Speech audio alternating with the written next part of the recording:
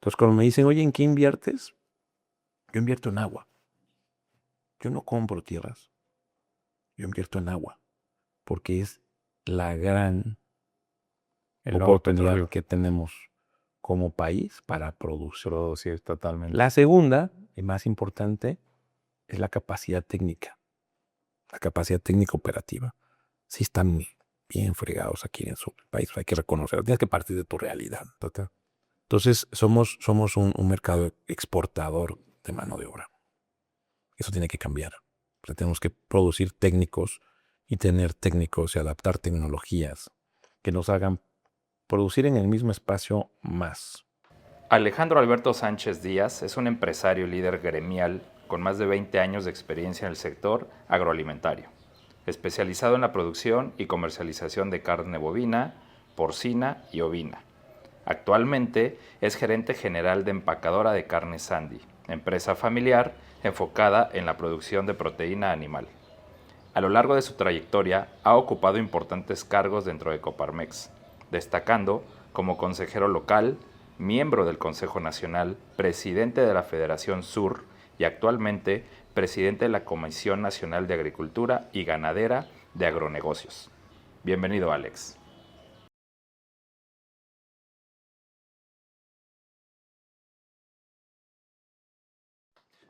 Hola, mi nombre es Rafael Cid, somos de Fusión Empresarial. Recuerda que nuestro propósito es generar contenido de valor para el sector empresarial y emprendedor. El día de hoy tenemos una entrevista que ya teníamos rato de corretear. Estamos muy contentos de recibir hoy en Fusión Empresarial a mi querido amigo Alex Sánchez. ¿Cómo estás, mi Alex? Bien, Bienvenido. bien, gracias a Dios. Qué ¿Todo bueno. bien? Me da mucho gusto que estés aquí con nosotros. Claro. Teníamos rato de no coincidir, teníamos rato de lograr que pudiéramos tener esta entrevista. Estamos muy contentos de que estés aquí con nosotros. Y fíjate que seguramente muchas personas que están viendo esta entrevista ya han de ubicar quién es Alejandro Sánchez, pero me gustaría que le platicaras a la gente que no te conoce cómo defines a Alex. Bueno, siempre, bueno, primero que nada, gracias por la invitación. Siempre es un gusto platicar contigo y que conozco tu proyecto desde que nació prácticamente y que me da mucho gusto cómo ha sido creciendo. Y bueno, esta nueva etapa, ¿no? Que las redes sociales y los podcasts y todo esto. Pues mira, yo me defino como un carnicero y un ganadero en constante aprendizaje. Soy empresario de tercera generación y que básicamente me dedico a dar soluciones en proteína animal, ¿no? Mi trabajo es convertir proteína vegetal en proteína animal. Esa es mi chamba y dar soluciones en ese sentido, ¿no? Muchas gracias, Alex. Me gustaría un poco regresarte al pasado, cuando eras niño, primaria posiblemente. ¿Te tocó convivir, conocer a tus abuelos, esa primera generación de la que hablas? ¿Te tocó todavía con ellos o ya no? No, fíjate que no. Mi abuela murió muy joven.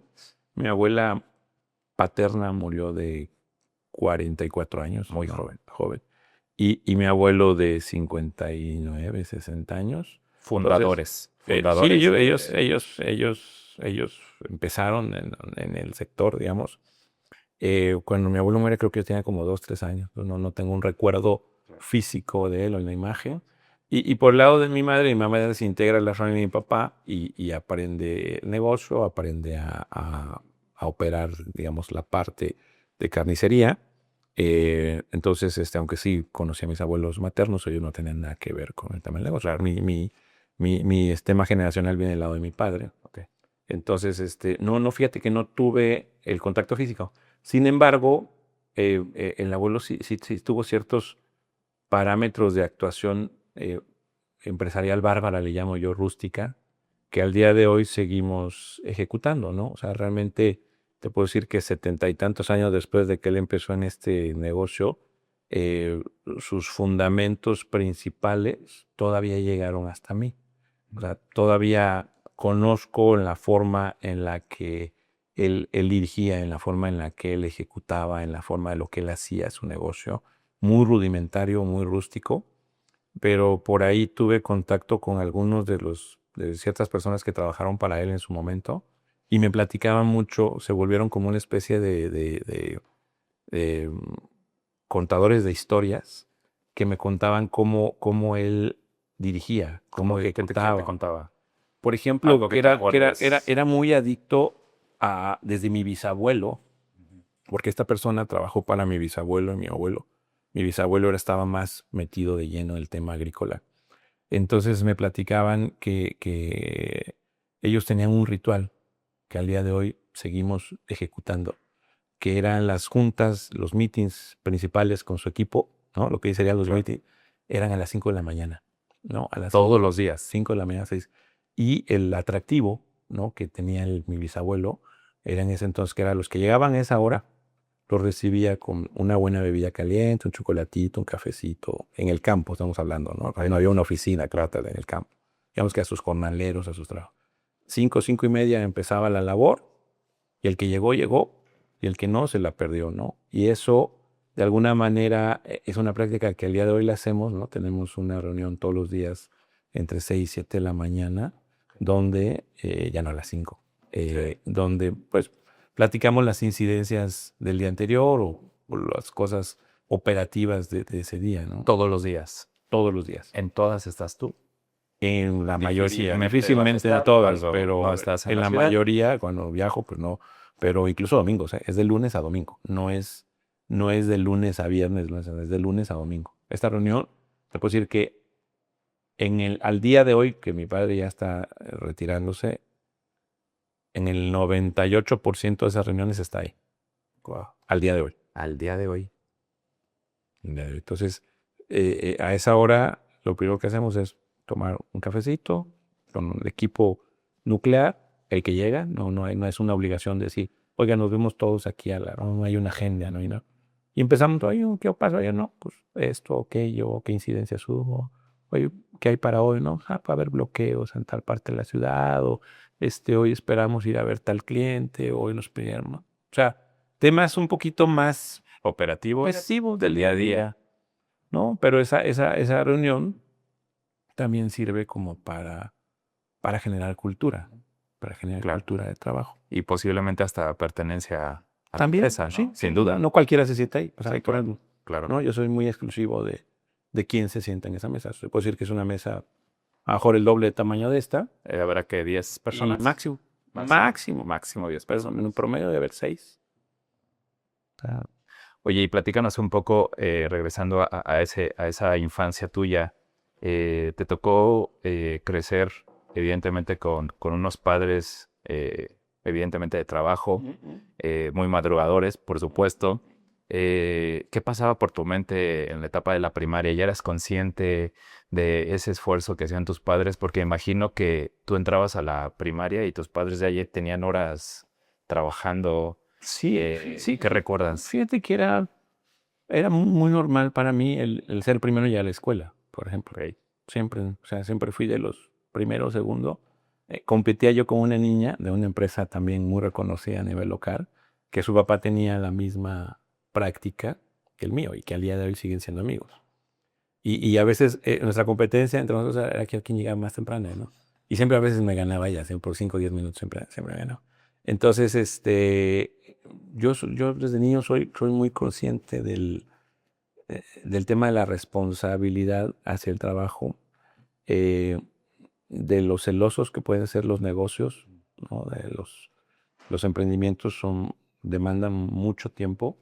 Y también desde muy niño mi padre tuvo el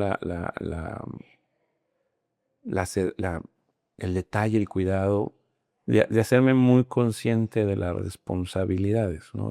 Desde muy niño.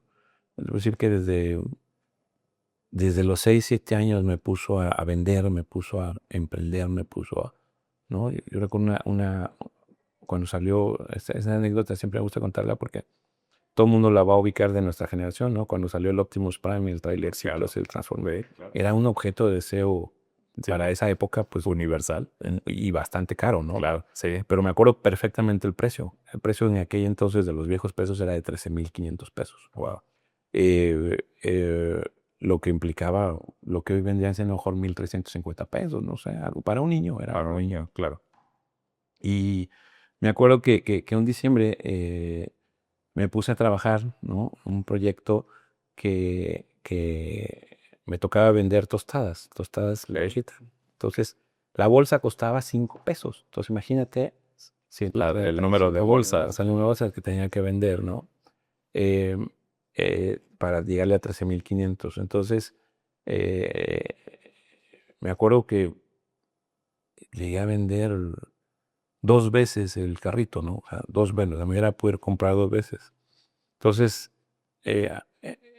me acuerdo que, oye, ¿qué vas a hacer con tu excedente, no? O sea, compré mi gusto. Claro. Y digo, la verdad no sé. O sea, entonces lo más inteligente que se me ocurrió en ese momento, dije, oye, si yo lo guardo, no va a generar absolutamente nada. Y aparte, yo entraba nuevamente a la escuela en enero, ¿no? Que eran las vacaciones de diciembre. Entonces, lo que me se me ocurrió fue, oye, si te lo doy a ti y me lo regresas cuando sea verano, ¿no? Mi papá dijo, mira, qué listo, ¿no? O No sea, se lo quiere gastar. no se lo quiere gastar. Entonces, realmente esa parte la aprendí desde muy pequeño, ¿no? O sea, el controlar tus emociones, o sea, el satisfacer tus emociones, Sí. darte tus gustos, pero también controlar, o sea, ¿para qué quieres 2 Con carritos? responsabilidad. O sea, ¿para qué quieres 2 iguales? Claro, no sirve absolutamente nada de eso. Entonces, y también saber reinvertir, ¿no? Que eso nos cuesta mucho trabajo. O sea, al día de hoy, a mi equipo financiero le cuesta mucho trabajo que yo siga reinvirtiendo en empresa, ¿no? De repente me dice, oiga, ¿no? Hay que comprar esto, Hay que tal vez. comprar Bueno, eso. comprar Pero siempre- es parte de siempre reinvertir, es parte ¿no? de invertir. O sea, es una filosofía de empresa, ¿no? Muy de los japoneses, ¿no? Que ya sabes que ellos no Totalmente. retiran inversión por lo menos en 20, 30 años, ¿no? Sí. Y creo que es parte del éxito que es empresas ricas, empresarios pobres, ¿no? Sí. O sea, la empresa tiene que tener apalancamiento, tiene que tener... Y el empresario, sobre todo en los primeros años, tiene que pagar el precio. Y aún en la siguiente generación también tienes que pagar el precio. O sea, no es de que llegas y ya todo Y te está... sirves Te sirve con lo que te hagan, la ¿qué es lo cuchara que- grande. ¿Qué es lo que qué- pasa? qué es lo que pasa muchas En veces? muchos casos.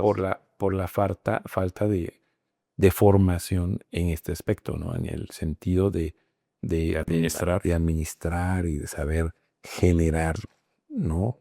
O sea, los talentos, ¿no? Entonces, eh, tienes siempre que tener objetivos medibles y claros que te permitan esa administración hacerla realidad, ¿no? O sea, porque dice, oye, yo quiero hacer que salga así, pero ¿qué quieres crecer? ¿Y en qué tiempo? ¿En qué tiempo? ¿No? ¿Cuál es tu objetivo? ¿No? Entonces, creo que esa parte de medición de tus objetivos es muy importante. Y eso lo aprendes desde chiquito. O sea, hace unos meses estuvimos en un foro, ¿te Sí, acuerdas? claro, ¿No? totalmente. Y le preguntaba al conferencista, oye, ¿cuándo metes a un niño, a una siguiente generación a la empresa? Y me respondió, desde que nace. Desde que nace, claro. O sea, si tú realmente quieres trascender tu negocio, tu empresa, tu emprendimiento, desde niño tienes que inculcarle eso y posiblemente no le interese, ¿no? No le guste, no sea lo suyo. Tampoco tiene que vivir tus sueños. Claro. Pero lo que sea que aprenda en tu negocio, seguramente lo va a ejecutar en lo que le gusta. En lo que le gusta, Y totalmente. eso es muy importante. Es algo que creo que sucede en las empresas familiares, ¿no? Que es, tú quieres que siga esto. Los hijos sigan el legado. Sí, ¿no? Pero también hay realidades que van cambiando, ¿no? O tal, hoy los chavos pues están muy inmersos en el sistema digital, ¿no? Y es algo, bueno, mi sector sigue siendo muy análogo, hoy muy análogo. O sea, el sector primario sigue siendo muy Y de primera necesidad. y de primera necesidad. Y aunque pues ya se usan drones, ya se usan mediciones tecnológicas, ya hay ciertas, la realidad es que en el campo y sobre todo en el campo mexicano seguimos en pañales en muchas cosas. ¿Qué es lo que más recuerdas? Nos platicas ahorita que todo esta incursión en el tema empresarial y el giro en el que se encuentran hoy en día viene de tu padre, de la familia de tu padre. ¿Cuál crees que sean los principales aprendizajes que te dejó tu madre a través de tu niñez y tu adolescencia? Híjole, yo creo que no hubiera sido posible que el éxito de mi padre se animara. O sea, siempre fue una mujer que cuidó la operación y al día de hoy la sigue cuidando. O sea, una mujer muy metida en el tema operativo. A lo mejor no tenía las habilidades de negociación y de números. Mi papá es muy bueno para los números que tiene mi padre, pero tenía tiene una visión o un sentido de negocio nato, ¿no? Digamos, de comercializar siempre está innovando, siempre está pensando en cosas. O sea, es una señora que siempre está pensando, oye, en productos nuevos y está como que haciendo Innovadora, experimentos, ¿no? 100%. Y haciendo experimentos de lo que te imaginas, salsas, chiles, conservas, Moles, mole, no, tanta frijol, cosa, frijol, todo tanta lo que cosa. O sea, tienen hoy en día. realmente siempre tuvo esa parte, ¿no? Entonces yo creo que ah, de mi línea materna, algo muy importante, venimos de Jutla. Entonces, algunos de mis tíos y de mis familiares de mi línea materna también estaban involucrados en el tema, por ejemplo, de la salchicha, ¿no? Y la Sí. elaboración de la salchicha juteca. Entonces, no es que fuéramos totalmente ajenos. Exacto. O sea, por los dos lados se junta el tema. Entonces, incluso tíos abuelos que ya no están acá, pues se dedicaban de manera artesanal, ¿no? A hacer el producto. Y simplemente lo que hicieron mis padres fue verlo de una manera más a escala, ¿no? Total. Por ejemplo, un producto tan básico como una salchichuteca, pues nosotros pues producimos un poquito a mayor escala, cambiando ciertas fórmulas, haciéndole un poquito un producto más moderno, llamémosle así, ¿no? Con un poquito más de técnica. Y creo que también, no me dejarás mentir, ayudó mucho el tema de, sabemos que más allá de que tengas un buen producto, si no tienes canales de distribución, pues no tienes negocio al final del día, ¿no? ¿Cómo te toca vivir este tema de descubrir, ver y aprender de tus padres el tema de canales de distribución y la complejidad, sin duda, que implica tener una distribución a esa escala? Fíjate que es un tema muy peculiar para el estado de Oaxaca. O sea, en todos los sectores que tú te vayas, todo el que tiene canal de distribución local en Oaxaca te va a decir que son características atípicas en su sector con respecto al resto del país. Y mi sector no es la excepción. O sea, todos se adaptan a Oaxaca, a su orografía, a sus circunstancias sociales, económicas. O sea, esto que para nosotros vivimos día a día, para otros lugares es inclarizable, ¿no? O sea, casi que cierran por eso, ¿no? Y nosotros nos adaptamos o morimos, ¿no?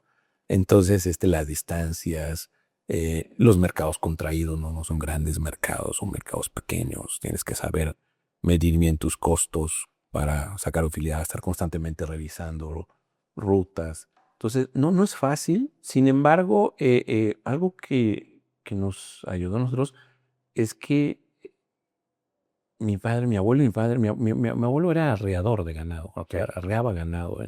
Entonces, cuando todavía se movía ganado a pie, ¿no? Sí. Entonces conocía muy bien el territorio, como dicen, ¿no? Sí. Y mi padre en su momento, cuando empezó a ser comprador de ganado, también ubicaba. Entonces yo de niño me acuerdo mucho ir a todos los pueblitos sabios y por haber en todo el Valle de Oaxaca, a ver ganado, a comprar animales. Entonces eso te da una visión periférica de la realidad de las comunidades, ¿no? Entonces, eh, cuando entiendes esa parte de qué es lo que, cómo está el mercado realmente, o sea, no cómo te lo imaginas o cómo te gustaría que fuera, o sea, La realidad. la realidad de cómo es, ¿no? O sea, en términos reales, eso te da mucha claridad mental, ¿no? Claro. Porque entonces a tus equipos ya les hablas de la realidad, ¿no? O sea, temas tan básicos como la bancarización, ¿no? Todo el mundo me dice, no, pues que todo el mundo traiga su Terminal o... Híjole, hay lugares a los que vamos en los que eso no sirve absolutamente para nada. Entonces, es adaptarte. El tema de distribución y cadenas de distribución al interior de Oaxaca son muy peculiares. Y ayuda el hecho de ser local, ¿no? De jugar. Totalmente. De jugar de local. Totalmente. Me quisiera ir ahora, tuviste la oportunidad de tu etapa universitaria, hacerla fuera de Oaxaca. Pudiste seguramente, con todo lo que habían construido tus padres, el legado de tus padres, pues posiblemente tomar otro camino. ¿no? No sé si dentro de este estado o dentro de otro estado o dentro de otro país, no lo sé. Y lo vamos a saber, pero seguramente tú sí tenías como pues un objetivo de qué va a pasar con el Alex del futuro una vez que salga de la universidad. ¿Por qué? ¿Por qué decidiste? ¿Cómo se dio? ¿Se dio de manera natural? ¿Se dio un poco por presión? ¿Se dio un poco por una presión no verbalizada? Cuéntanos un poco cómo fue la decisión que dijiste, regreso a Oaxaca y quiero ser parte de la empresa. Fíjate que fue una serie de mensajes, ¿no? O sea, primero yo estudié Relaciones Internacionales. Entonces, yo sí como que sí traía una vocación, ¿no? De dedicarme a la diplomacia y, ¿no? A esa parte. Pero una vez estuve en una reunión, una plática con un embajador de México ante la ONU y descubrí algo ahí que me atrajo cero, ¿no? O sea, él decía, bueno, yo lo que he sacrificado por esta carrera es lo padre es que he vivido en muchos países y todo, pero pues no convivo con mis hijos. Uno está en Suecia, el otro está en París, el otro está, tenía una familia súper disgregada. Y en ese momento me dije, eso no lo quiero para mí. O sea, yo quiero algo mucho más tradicional, mucho más familiar, mucho más, ¿no? Más De lo que de venías. lo que venía No, yo, ¿no? Entonces, totalmente. yo sí pienso en algo mucho más. Y está padre porque es glamoroso el tema de la diplomacia, ¿no? Como Claro. todos lo imaginamos. Pero ya que estás ahí, ya que lo ves un poquito más cerca, no es tan glamoroso. La parte que no se cuenta. O sea, siempre, pues eso, o sea, sí, Y que termina no se siendo ve. un godín de altura, pero no es tan glamoroso como cuenta. Y aparte no depende tu tiempo de ti, ¿no? O sea, un día estás en Nueva York, pero el otro día estás en San Salvador, con todo respeto, ¿no? Y al otro día estás en Haití, ¿no? Entonces, no, como que No no te me vi esa parte, viste. ¿no? La parte profesional. Y ya cuando empezamos a regresar, nosotros una regresión al sector primario a finales de los 90, principios de los 2000, esa parte yo no la había considerado cuando empecé a estudiar. Empecé a estudiar en 1997. Y en el 2000 vi la parte del sector primario y dije, de aquí soy. Entonces yo sí quería estudiar agronegocios. Pero en Puebla, donde estudié, no había la carrera de agronegocios. Pero siempre me fijé la meta de estudiar agronegocios. No administración, no contabilidad, no finanzas, agronegocios. O sea, ya existían algunas carreras que empezaban a hablar del tema de agribusiness, ¿no? Y eso para mí fue como que el cambio de paradigma.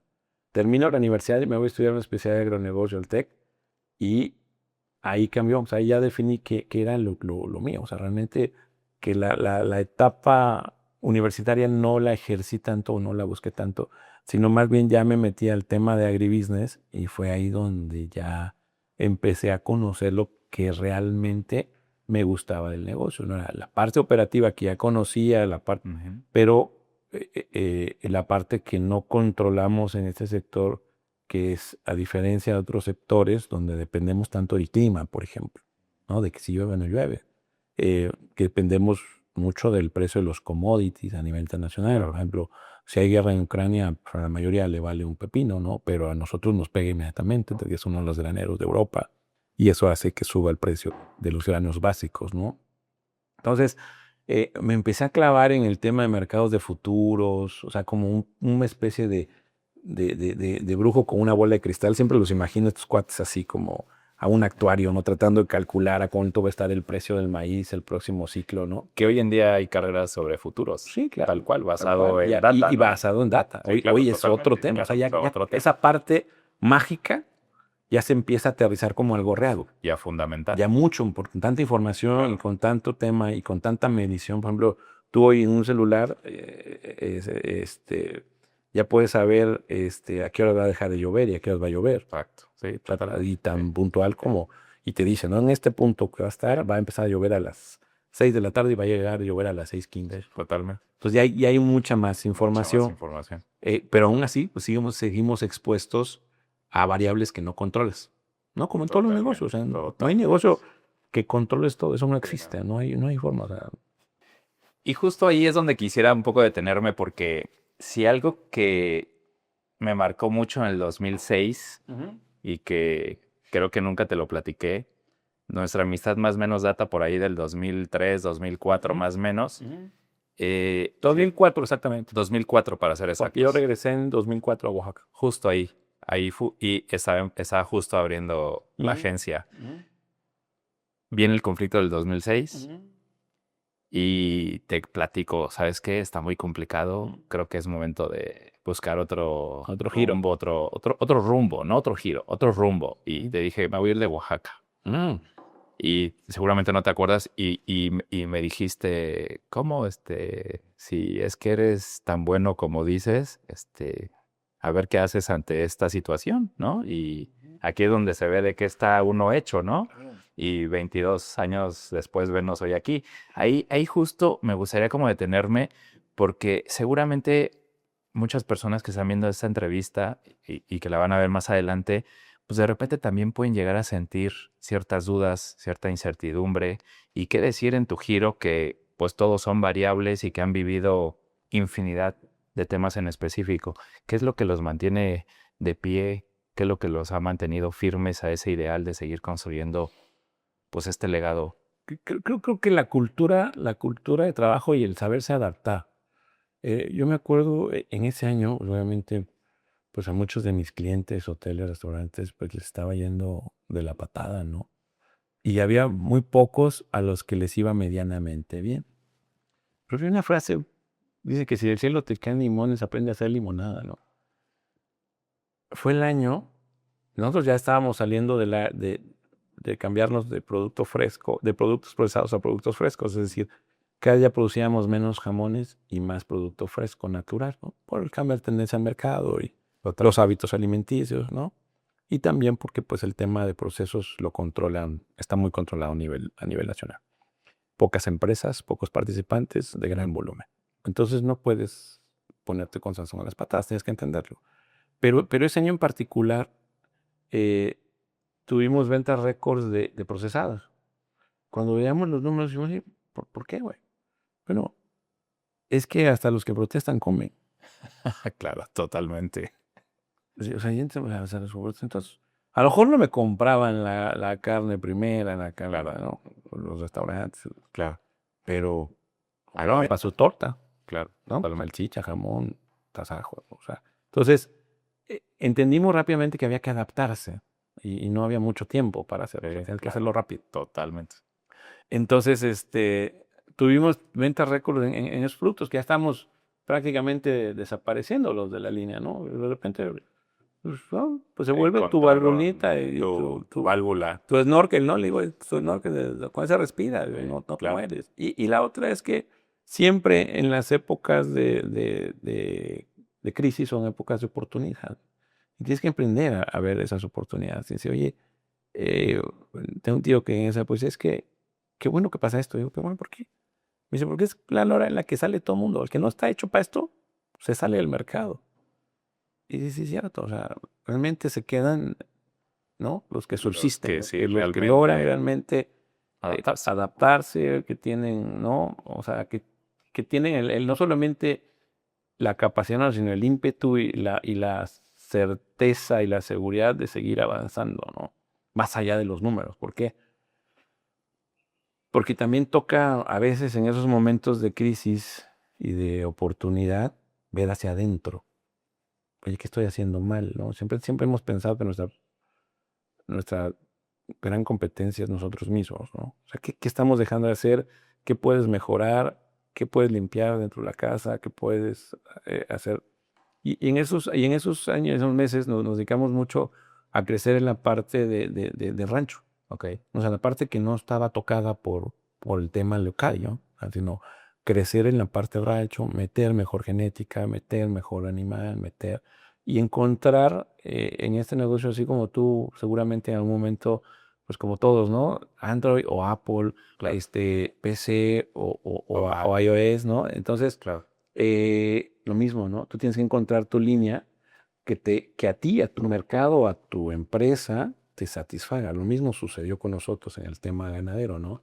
Entonces, probamos el Android, probamos el BlackBerry y todo, y al final encontramos cuál era nuestro Ideal. ideal. Y simplemente, una vez que lo encuentras, no tienes que dejarlo de hacer bien, ¿no? Siempre pongo el ejemplo de las plumas Bic.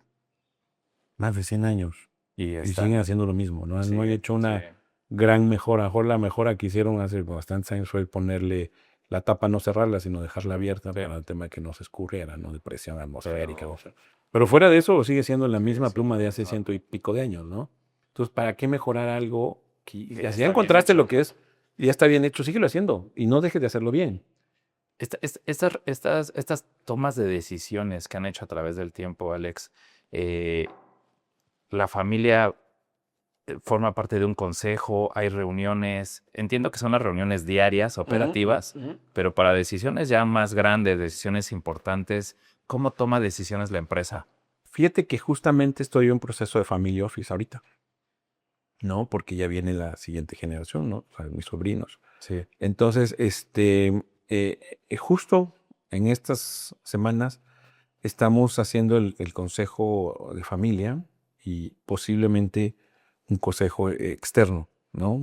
Para ya ir profesionalizando más esa toma de decisiones. Actualmente no, actualmente nosotros empezamos el proceso de transición hacia mí hace unos 8 años, yo creo, 8, más o menos 8, que estaba calculado para 10 años, ¿no? Es un proceso de transición, señores. Desafortunadamente tuvimos que acelerar un poquito el paso, ¿no? Porque hace 2 años mi papá enfermó y y tuvimos que mejor correr un poquito más rápido, pero ya traíamos algo avanzado, enrutado, y eso nos ha ayudado muchísimo sobre todo para tomar decisiones. Entonces, el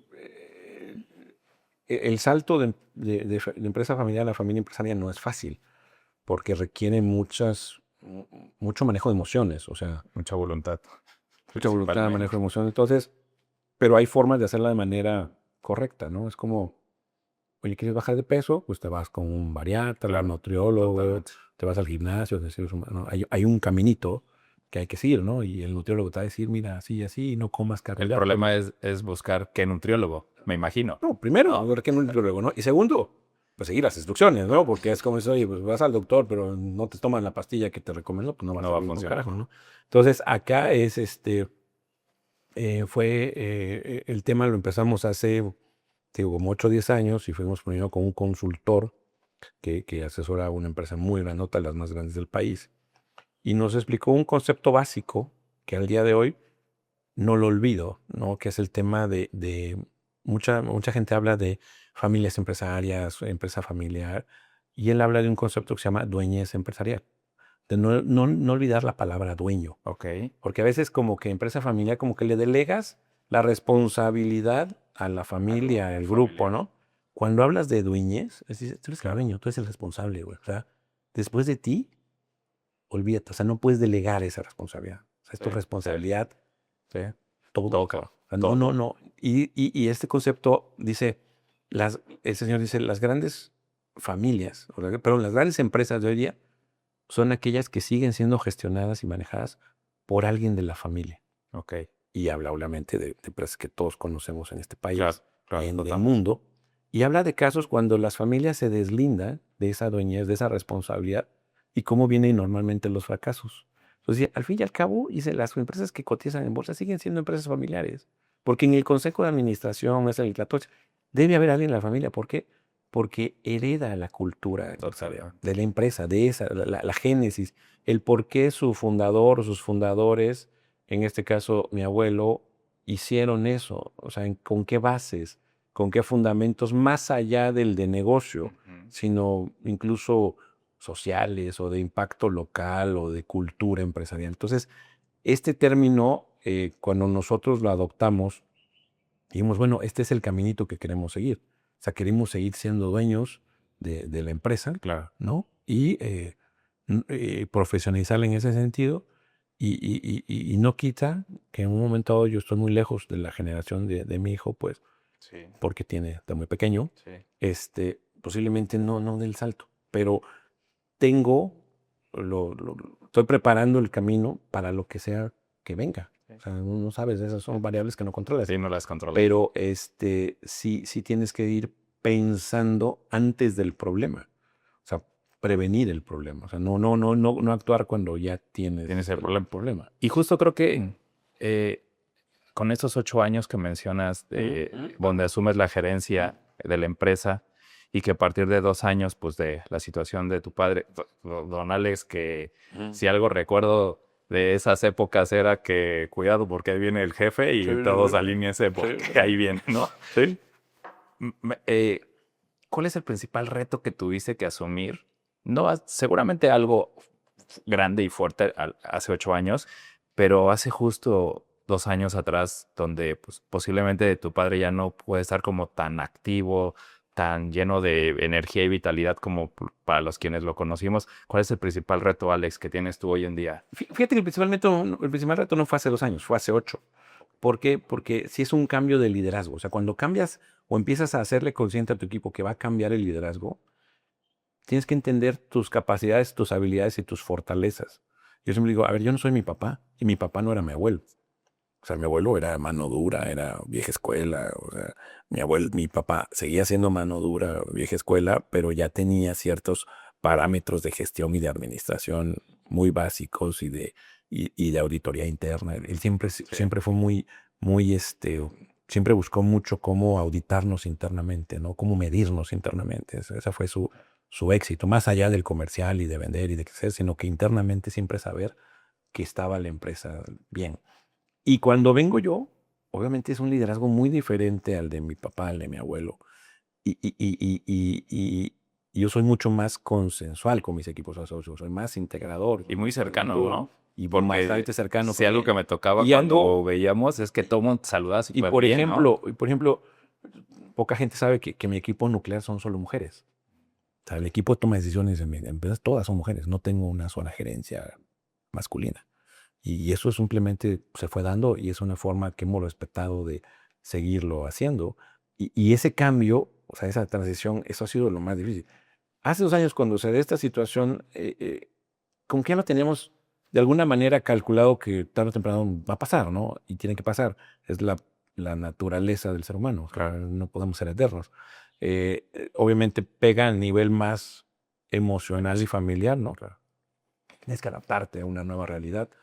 Pero Empresarial ya andaban y también es prácticamente parte ya de la más- gestión, ¿no? O sea, es parte también de la gestión de las empresas. O sea, la gente piensa que no está preparada para gestionar el duelo.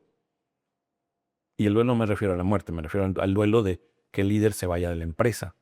O sea, eso es un duelo Totalmente. interno, ¿no? O sea, hay gente que añora y es que cuando estaba el jefe hacemos esto, ¿no? Pero Ya no está. Hay uno nuevo. hay uno nuevo. O sea, tienes que aprender a gestionar el duelo en las empresas. Y habla de adaptarse. Y habla de adaptarse. O sea, Por tienes que lo que adaptarse. Entonces,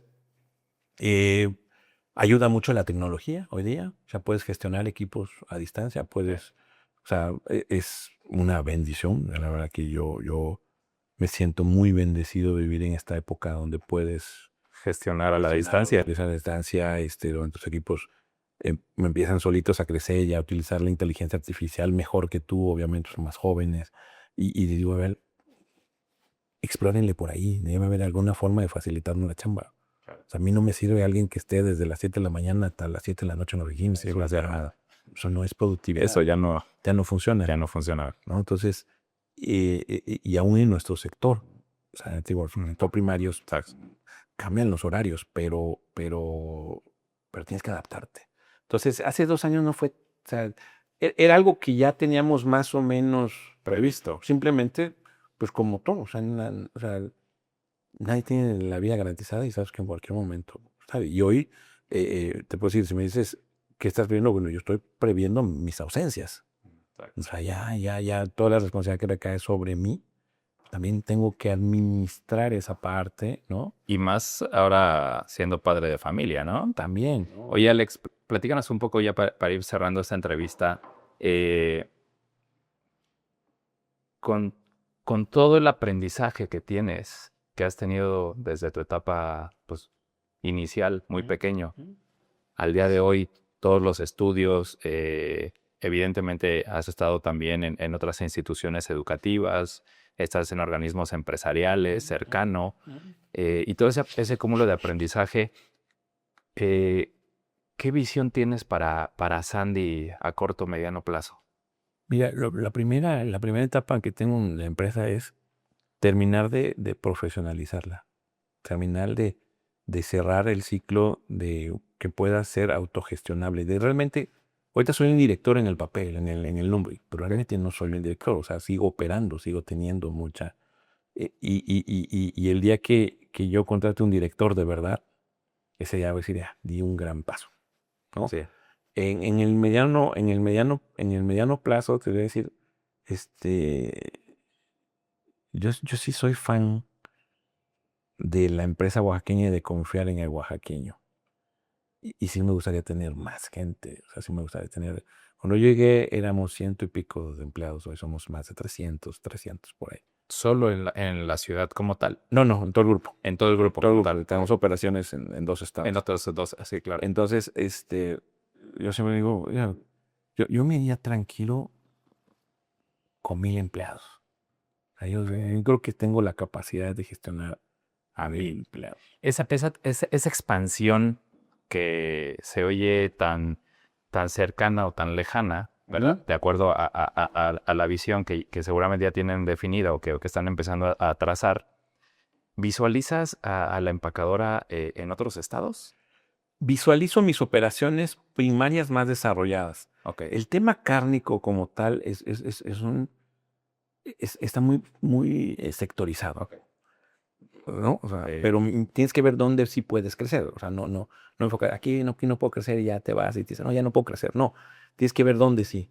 La gente no lo sabe, pero hay una grave crisis alimentaria en México. Estamos importando demasiadas cosas que podemos producir. Y tenemos el espacio para hacerlo, tenemos el agua para hacerlo, tenemos las condiciones tecnológicas para hacerlo. Pero nos confiamos porque pues tenemos al lado el mercado más grande del mundo y nos provee de muchas cosas. Pero yo creo que podemos crecer todavía más, ¿no? Y por eso estoy tan metido en el tema agro con varios amigos. Porque siento que en el tema agroindustrial, México como país, no solo Oaxaca, no solo Chiapas, tienen una gran deuda con este país. ¿No? Hace 25 años tuve una conferencia con un brasileño que decía algo que al día de hoy no se me olvida. Me dice, no sé qué espera México para convertirse en el gran proveedor de alimentos a China. Nosotros los brasileños ya lo estamos haciendo. Ya estamos pensando en eso. Es un mercado de miles de millones. Y nosotros lo que tenemos es tierra y agua. Y ellos no la tienen. O sea, no te vas a comer los fierros, no te vas a comer los chips, no te vas a comer el petróleo, no te vas a comer los trenes, ni la inteligencia artificial. Podrán ser muy buenos en eso, pero tienen que comer acá. Sí. Entonces, yo me acuerdo mucho de esa conferencia y dije, sí, es cierto, nosotros tenemos que producir alimentos y tener la capacidad de producir cada día más. Entonces, cuando me dicen, oye, ¿en qué inviertes? Yo invierto en agua. Yo no compro tierras. Yo invierto en agua. Porque es la gran oportunidad que tenemos como país para producir. Producir totalmente. La segunda, y más importante, es la capacidad técnica. La capacidad técnica operativa. Sí están bien fregados aquí en su país, hay que reconocerlo. Tienes que partir de tu realidad. Total. Entonces, somos un mercado exportador de mano de obra. Eso tiene que cambiar. O sea, tenemos que producir técnicos y tener técnicos y adaptar tecnologías que nos hagan producir en el mismo espacio más, ¿no? Un poquito, siempre el ejemplo de los israelíes, ¿no? Que llegaron a un desierto donde no había nada y lo hicieron florecer con tecnología, con trabajo, invirtiendo en las universidades, ¿no? O sea, Sí. el campo agrícola, el sector agrícola israelí es un ejemplo para el mundo, ¿no? O sea, más allá del tema político y eso, ¿no? Este tema no me meto, pero si puedes hacer crecer una planta en un desierto y entre las rocas, o sea, vienen acá y yo me acuerdo uno de los primeros técnicos que contraté como asesoría hace 20 años, lo invité a uno de los ranchos, él venía de Chihuahua. Cuando veníamos, lo bajé del aeropuerto y lo llevé a uno rancho, se le salían las lágrimas. ¿Qué ha sido? ¿Todo bien? ¿Todo bien? Era un médico veterinario zootecnista, un doctor de una universidad. Me dice, oye, es que ustedes tienen todo. Dice, mira, este verdor nunca lo había visto. No había visto tantos ríos con agua. Y allá donde yo vengo es un desierto. Digo, es que esa es la diferencia. Como ustedes no lo tienen, ustedes tienen que esforzarse más que en lo solar. Y el reto es mayor. Aquí, pues tiras la mano y agarras un mango, y agarras una plata. De hambre no te mueres. Cazas una iguana y una tortuga y te la comes. O sea, ¿no? O sea, realmente eso es la comodidad y la tranquilidad y el confort. Y lo que siempre tienes que estar viendo es ese confort. Siempre tienes que estar huyendo del confort. Porque cuando llegas al confort, ya valiste. Te estancas. Sí, ya valiste. Si ya te estás en una etapa de confort, es que ya no estás creciendo. Y que es momento de actuar y cambiar. Cambiar y Sientes que tienes estás que bien. buscar. La verdad es que siempre que me conocen, saben que de repente entran unas cosas medio raras. No todo te va bien, Totalmente. pero, Gracias. pero tienes que buscar también salir o sea, conocer cosas que no conoces. O sea, tema inmobiliario que no conozco y que ahorita estoy empezando a conocer. Y te hace cambiar tu mentalidad, ¿no? O sea, los tiempos se aceleran, todo es mucho más rápido, ¿no? Y los procesos son más lentos, ¿no? Por ejemplo, desarrollar una línea genética bien hecha, pues que toma por lo menos 3, 4 años, no de la noche a la mañana, ¿no? Tienes más, 5 años. Entonces, no es algo rápido. Sí, sin duda nos podríamos seguir aquí platicando. Alex, oye, para cerrar, efectivamente tú dijiste, nadie es eterno, somos seres humanos. Cuando no estés en este plano, ¿cómo te gustaría ser recordado? Fíjate que básicamente que mi hijo se acuerde de mí. Todo lo demás, tú me conoces y sabes que el foco me viene valiendo gorro. Pero que mi hijo tenga un recuerdo de mí, eso es. ¿Qué te gustaría que recordara de ti tu hijo?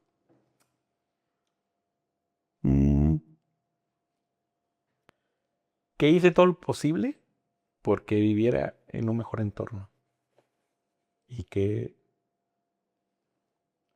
nunca me di por vencido buscándolo. Eso quiero que se acuerde él de esa parte, ¿no? Y ya, todo lo más. Nadie se te ama. Y el día que te mueras, a los 2 días, a las 3 semanas, la vida sigue. O sea, van a tu funeral, te entierran, ¿verdad? Queda el dolor para la familia, pero o sea, el que sigue, creo. O sea, y tu espacio lo va a ocupar alguien, ¿no? Pero creo que en la experiencia familiar que yo tengo y el hecho de que al día de hoy yo tenga tan presente a mi abuelo, no tan presente, realmente hablo mucho de él, aunque no lo conocí, creo que esa parte es lo que realmente dice, oye, vale más que mi nieto hable de mí, a que cualquiera que seguramente ni se acuerda de que pasé por este mundo, ¿no? Entonces yo creo que con que se acuerde mi hijo de mí, estamos hechos. Estás del otro lado. Te agradezco mucho que hayas estado hoy aquí con nosotros, Alex. Para los que te conocemos y gozamos de tu amistad, por supuesto que sabemos de qué estás hecho.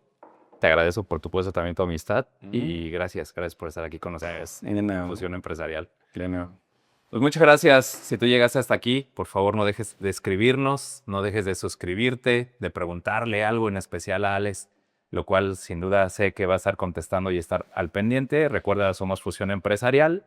Nuestro propósito es generar contenido de valor para el sector empresarial y emprendedor. Nos vemos a la próxima. Bye.